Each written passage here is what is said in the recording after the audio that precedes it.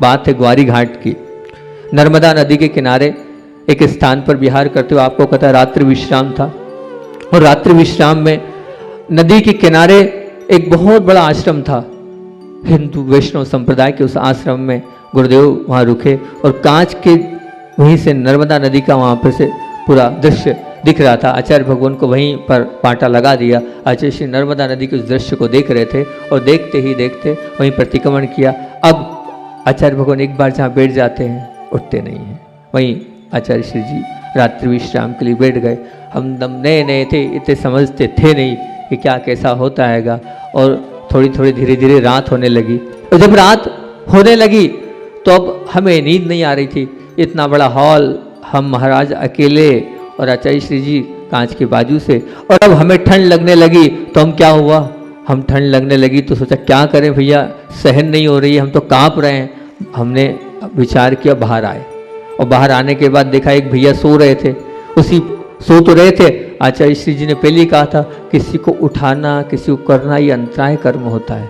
हिम्मत नहीं हुई, हल्का हल्का हाँ हाँ भी किया, लेकिन बोल तो सकते नहीं थे। फिर लगा आचार्य श्री ने कहा है उठाना नहीं चाहिए किसी को भी किसी कार्य में। हम अंदर आ गए। फिर 15-20 मिनट फिर, और हमने सोचा पर हम क्या करें, हमसे जो है वो नींद आ नहीं रही थी। फिर थोड़ा बैठे, फिर अब क्या करें, अब थोड़ा सा बैठ कर हमने सोचा एक काम करते हैं, मतलब थोड़ा सा एक्सरसाइज कर लेते हैं, हो सकता है कुछ सूर्य नमस्कार आदि से गर्मी आ जाए। अब वो उस चक्कर में हम थोड़ा खड़े हुए, खड़े होने में हमसे गलती हो गई। बाजू में खटका था, वो खटका दब गया, और जैसे खटका दबा लाइट चालू हो गई, लाइट चालू हो गई। हम घबरा गए, ये क्या हो गया, एकदम ऐसी कोहनी लग गई। जो है वो आपको बता रहा हूँ क्लियर स्पष्ट स्पष्ट। अब वो तो हुआ, लेकिन जैसे ही पूज्य गुरुदेव को देखा, गुरु लगभग 12:30 बजे की बात थी, गुरुदेव भगवान जैसे ऐसे बैठे थे, मैं सब भूल गया।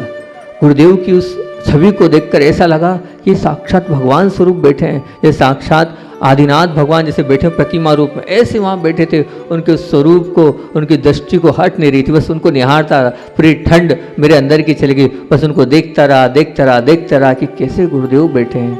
मैं कांप रहा हूँ इस ठंड में, और बल्कि गुरुदेव कांच के बाजू से हैं, उनको तो ज़्यादा लग रही, मैं तो दीवार के कोने से था, लेकिन वो मुस्कुराते, उनकी वो मुस्कान भरी वो आज भी वो चेहरा झलक रहा हैगा। क्या वो दृश्य था। पर घबराहट ये थी, लाइट जल गई, क्या करना है। बाहर आया, उस भाई को जगाया, भैया उठ, वो लाइट बंद कर। और सुबह जब आचार्य भगवान से मैंने निवेदन किया, आचार्य श्री जी हमसे रात में गलती हो गई थी और ऐसा ऐसा हो गया था। आचार्य श्री ने कहा कब लाइट जली और कब बंद हुई, हमें तो कुछ पता ही नहीं है। ऐसे तो उन्होंने कहा अच्छा आप कर क्या रहे थे, तो बोले समय सार को लगा लिया था, ठंड हल्की सी लग रही थी। हमने कहा क्या करें, बस आसन लगाया और 11:30 बजे 10 बजे लेटे और 11:30 बजे बैठे। बोले 11:30 बजे से बैठ गए थे, समय सार का चल रहा था अच्छा चिंतन। आज तो बड़ा आनंद आया। कष्ट और पीड़ा में ही आत्मा का अनुभव होता है, उस आत्मा का अनुभव हम कर रहे थे। तो आचार्य श्री कहते हैं कारिकाएं याद हो जाए तो उसमें अपने मन को उलझा लेते हैं, और जब हम अपने मन को उलझा लेंगे तो निश्चित तौर से हमारे पास वो शुद्ध उपयोग आ जाएगा। इसलिए आचार्य श्री के गेय गायक भाव, 12 भावना, उपेक्षा, संयम और कारिकाएं, ये अगर आप याद है आपके जीवन में तो निश्चित तौर से आपके जीवन में उत्कृष्टता आती चले जाएगी। गुरुदेव बहुत ऐसे थे। एक बार की और बात बता रहा हूँ कि अमरकंटक में दीक्षा के बाद ही हम अस्वस्थ हो गए, और अस्वस्थ भी हुए तो कैसे, पूरे शरीर में बड़े बड़े छाले हो गए। जब बड़े बड़े छाले हुए तो वेदना बहुत थी, और मुझे ऐसा लगा कि मुझसे ज़्यादा वेदना पूज्य गुरुदेव को है। गुरुदेव स्वयं जिस कक्ष में हम थे वो स्वयं चल के आए, और आने के बाद डॉक्टरों ने कहा जब तक इन छालों को फोड़ा नहीं जाएगा तब तक महाराज जी लेट भी नहीं पाएंगे, बैठ भी नहीं पाएंगे। पित्त के कारण और कुछ आहार की सामग्री में वो छाले उठ गए थे। जब आचार्य श्री आए, और आचार्य श्री जी और प्रणब सागर जी, पूज्य सागर जी, विमल सागर जी, सब मुनिराज थे, प्रशांत सागर जी, और फिर उसके बाद एक एक छाले को सुई चुबा रहे थे। तो वो सुई हमें चुभ रही थी, और दर्द उनको, धीरे करो, तकलीफ नहीं होना चाहिए, कष्ट नहीं होना चाहिए, दुर्लभ चिंता नहीं करना, नमोकार मंत्र याद करो, नमोकार, मतलब इस प्रकार से वो कर रहे थे। पूरा संघ देख रहा था कि कैसे वो पीड़ित हो रहे हैं, जबकि हमें कोई तकलीफ नहीं हो रही थी, लेकिन उनको हमसे ज़्यादा तकलीफ हो रही थी। ऐसे अंदर से करुणा भाव, जैसे एक माँ बेटे का ध्यान रखता है। कई बार, एक बार अंतराय हुआ। अंतराय होने के बाद महाराजपुर से पहुंचना था। तीसरा अंतराय था, आचार्य श्री ने कहा आगवानी है, सब लोग आ गए? बोले हाँ आ गए। नहीं कुछ महाराज हैं अंतराय वाले, वो अभी हाल नहीं। अब आजकल वो 4 लाइन बन गई है तो रोड कोई है नहीं, तो एक गाड़ी के पीठ मतलब उस पर खड़ा किया था ताकि छाँव में बैठ पाए। जैसे ही दूर से आचार्य श्री ने ऐसे करते देखा तो हाँ बोले वो आ रहे हैं महाराज लोग। तो हम थे और पुनीत सागर जी महाराज जी थे, दोनों के दोनों थे, दोनों को अंतराय थे। और जैसे ही उन्होंने देखा और देखते ही वो बोलते हैं हाँ आ जाओ, दोनों आ जाओ, पुनीत दुर्लभ आ जाओ, हमने आपके लिए यहाँ छाँव तैयार रखी है। थकान थी, एक कदम आगे बढ़ने की हिम्मत नहीं थी, लेकिन आचार्य श्री जी ने बुलाया और बुला के इतना ही बोल दिया आ जाओ बैठ जाओ, ये छाँव है आपके लिए बनाई हमने छाँव, और बिठा लिया। पूरा दर्द, पूरा कष्ट, पूरी पीड़ा दूर हो गई। और तो पूछ भर लेते हैं, तो पूछ भर लेते हैं तो अपने आप सब कुछ अच्छा होता चलता है। एक बार हम स्वाध्याय कर रहे थे, देखो कितना गुरुदेव का आशीर्वाद है कि हम जब बिहार करते डोंगरगढ़ जा रहे थे, पुनीत सागर जी और हम स्वाध्याय कर रहे थे। स्वाध्याय में वेदी के पीछे बैठे थे और जैसे आचार्य श्री को हमारी आवाज़ आ गई कि हम दोनों चर्चा कर रहे हैं, तो आचार्य श्री जी वहाँ पर आए थे। वैयावृत्ति के निमित्त से महाराज लोग लाए थे, ये ठंडा स्थान है मंदिर में, आप यहाँ चलिए। जब हम आए तो जैसी आवाज़ सुनी सबसे बोले चुपचाप, अगर आपको वैयावृत्ति करना है कोई भी बोलेगा नहीं, मौन, एक शब्द नहीं निकलना चाहिए। बोले क्यों? अंदर स्वाध्याय चल रहा है, उनको डिस्टर्ब नहीं होना चाहिए, ध्यान रखना। दोनों महाराज की आवाज़ आ रही है और कुछ ना कुछ चर्चा कर रहे हैं, हमारा जी वो स्वाध्याय कर, बस नहीं तो हम उठ के जा रहे हैं। नहीं अच्छा उठ के नहीं, हम मौन रहेंगे। हाँ 40 मिनट वैयावृत्ति चली, आज भी मुझे वो याद है वो दिन। सब साधुओं ने बताया, बोले आपको ध्यान नहीं है आचार्य श्री की वैयावृत्ति बाहर हो रही थी? बोले कैसे? बोले आचार्य श्री ने एक शब्द किसी को नहीं बोलने दिया और आप लोगों की दोनों की चर्चाएं गुरुदेव सुन रहे थे, मुस्कुरा रहे थे, सुन रहे थे, मुस्कुरा रहे थे, पर बाकी डिस्टर्ब नहीं करना। बोले अंतराय पड़ता है। क्या है ये गुण है गुरुदेव के, हम क्या आ पाएंगे, बन पाएंगे उनके जैसा? हम नए नए साधु, हम डिस्टर्ब नहीं हो जाएं, इतना गुरुदेव ध्यान रखते थे, इतना हमारा करते थे। आचार्य भगवान का और एक और हमेशा मैं बोलता हूँ, गुरुदेव की वो 4 बातें जो भाषा समिति में गुरुदेव ने बोली थी कि धीरे बोलो, मीठा बोलो। गुरुदेव की 4 बातें थी कि धीरे बोलो, मीठा बोलो, कम बोलो और जरूरत होने पर बोलो।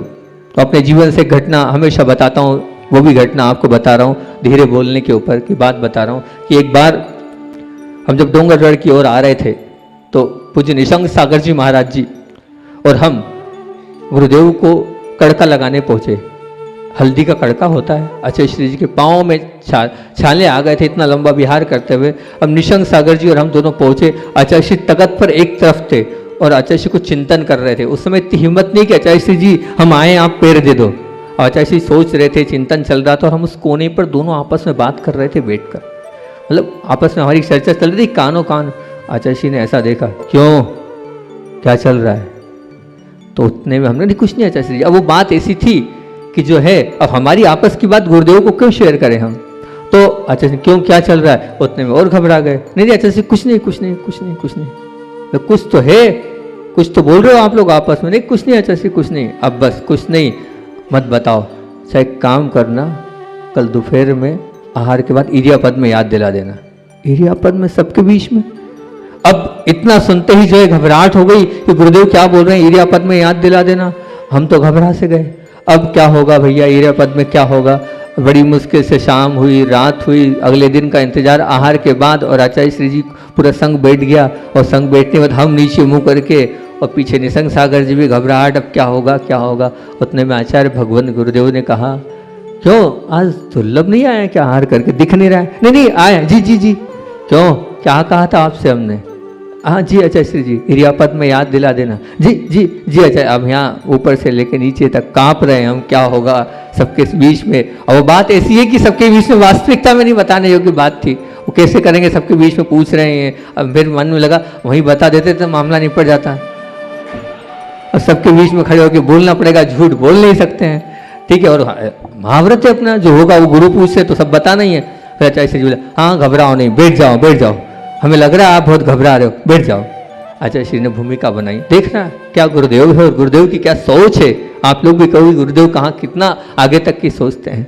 घबराहट तो बहुत थी। आचार्य श्री जी ने भूमिका बनाई। हम डोंगरगढ़ जा रहे हैं, छोटा सा स्थान है, इतना बड़ा संघ है और इतने बड़े संघ का निर्वाह करना है। कल ये दो महाराज हमारे कमरे में आए थे, दोनों के दोनों, और सेवा के निमित्त से आए थे। हमें ये आए थे और आने के बाद हम इस कोने में बैठे थे और महाराज उस कोने में बैठे थे।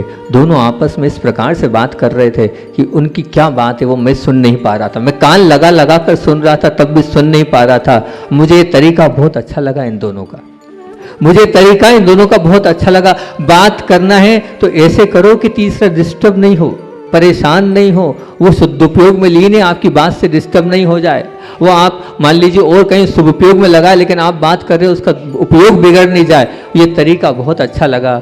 आप वहाँ छोटा सा स्थान है, पूरे संघ को इन दोनों महाराज से सीखना चाहिए कि बात ऐसी करें कि तीसरे बाजू वाला भी सुन नहीं पाए हमने क्या बोला। तो हम यही चाहूँगा, सबसे पहले तो जितने लोग मौन ले सकते हैं वो मौन लें। मौन नहीं तो 1-1 लाख मंत्र की जाप आपको इस गर्मी में करना है, और नहीं तो इन दोनों महाराज से सीखना है कैसे बात करनी है। अगर करना है तो इनके जैसे करना है, तीसरे तक आवाज़ नहीं जानी चाहिए। ये गुरुदेव थे हमारे। उसमें भी उन्होंने क्या निकाला, तो इसलिए आचार्य श्री बोलते धीरे बोलो। हम बोलते हैं तो हमारी वरगणाएं कहाँ तक पूरे संसार में फैलती, वहाँ तक कि जीवों को पीड़ा पहुँचता है। मीठा बोलो और उसमें भी कम से कम शब्दों में बोलो।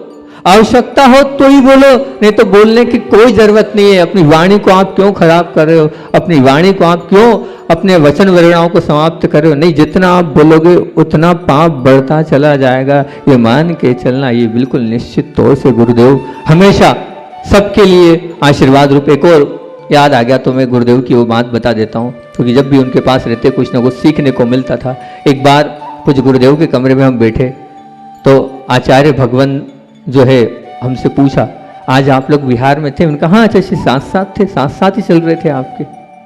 तो आचार्य श्री जी ने कहा, बोले आपने देखा कितने हजारों आदिवासी लोग किस प्रकार से नमोस्तु कर रहे थे? उन्होंने कहा हाँ आचार्य श्री जी कर रहे थे, धवल सागर जी, विशाल सागर जी और हम साथ थे। तो आचार्य श्री ने कहा, अच्छा एक बात पूछे हम आपसे? हमने कहा जी आचार्य श्री जी।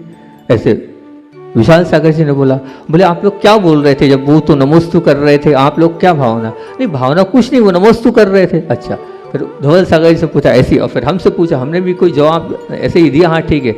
आचार्य श्री ने कहा बताओ, जब मैं जा रहा था ना और जब मैं उनको मुस्कुराते मुस्कुराते हाथ उठाते आशीर्वाद दे रहा था, तब पता है क्या भावना बहा रहा था? आचार्य श्री के देखने क्या भाव थे। मैं हर एक को देखते देखते एक ही आशीर्वाद, सबको सम्यक दर्शन की प्राप्ति हो, सबको सम्यक दर्शन की प्राप्ति हो, सबको सम्यक दर्शन की प्राप्ति हो। ये भाव गुरुदेव के रहते हैं। सोचो आप, वो आदिवासी लोग भक्ति भाव से नमोस्तु कर रहे हैं, लेकिन क्या भाव है?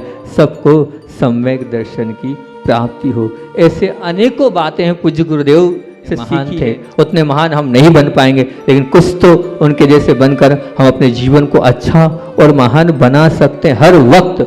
मैं एक बार शिखर जी गया था, तो शिखर जी में एक चंद्र सागर जी महाराज जी थे। उन चंद्र सागर जी महाराज जी ने मुझे ब्रह्मचर्य अवस्था में देखा और उन्होंने मुझसे ही कहा कि बोले मैं बुंदेलखंड का हूँ और जबलपुर का हूँ, बोले जबलपुर के पास का हूँ। बोले ब्रह्मचारी जी आपका पुण्य है कि आप आचार्य विद्यासागर के शिष्य हो। अगर गुरुदेव दीक्षा नहीं दे तो ध्यान रखना, इस ब्रह्मचर्य अवस्था में अपना प्राण त्याग कर देना, लेकिन दीक्षा के लिए यहाँ वहाँ मत भटकना। उनका ब्रह्मचारी होना भी अपने आप में महानतम है। मैंने कहा आप निश्चित रहना, ये समर्पण उन्हीं के प्रति है। और रोम रोम में आचार्य गुरुदेव बसे हैं, कहीं से लेके कहीं तक नहीं। तो प्रभात मंडल की बात आई थी तो गुरुदेव से हमने यही कहा था, आचार्य श्री जी आप कहोगे तो हम विद्यालय भी चलाएंगे, झाड़ू भी लगाएंगे, लेकिन आप जैसा जैसा कहोगे, जरूरी नहीं है आप जो कहोगे वो करेंगे। हमारा कोई भाव नहीं है कि मुनि बनना है, क्योंकि शुरुआत हम लोगों की प्रतिभा स्थली और हम 32 ब्रह्मचारियों की जब वहाँ पर एंट्री हुई थी, प्रभात मंडल नाम था। लेकिन बाद में गुरुदेव ने यही कहा कि जो समर्पण महिलाओं में होता है वो समर्पण पुरुषों में नहीं होता है। इसलिए मैं रिस्क नहीं ले सकता कि पुरुष वर्गों को आगे बढ़ाऊं। वो प्रतिभा स्थली है तो समर्पण के साथ इतनी सारी बहनें मिलजुल के कार्य कर रही, पुरुष वर्ग में इतना समर्पण नहीं है।